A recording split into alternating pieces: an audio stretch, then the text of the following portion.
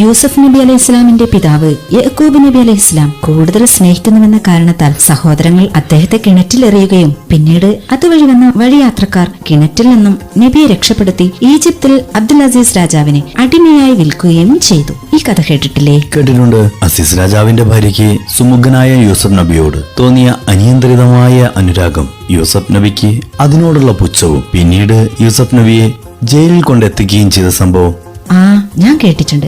അവസാനം യൂസഫ് നബി അലൈഹിസ്ലാം ജയിൽ മോചിതനായതും തന്റെ മകന് നഷ്ടപ്പെട്ട ദുഃഖം താങ്ങാനാവാതെ കരഞ്ഞ് ദൃശ്യശക്തി നഷ്ടമായ യഅ്കൂബ് നബിക്ക് നഷ്ടപ്പെട്ട കാഴ്ചശക്തി മകനാകുന്ന യൂസഫ് നബിയുടെ കുപ്പായം തന്റെ മുഖത്തിട്ടപ്പോൾ തിരിച്ചു കിട്ടിയതും നീണ്ട കാലങ്ങൾക്ക് ശേഷം ബാപ്പയും മകനും പരസ്പരം സന്ധിച്ചതും മുഹറം 10-ലാണല്ലോ.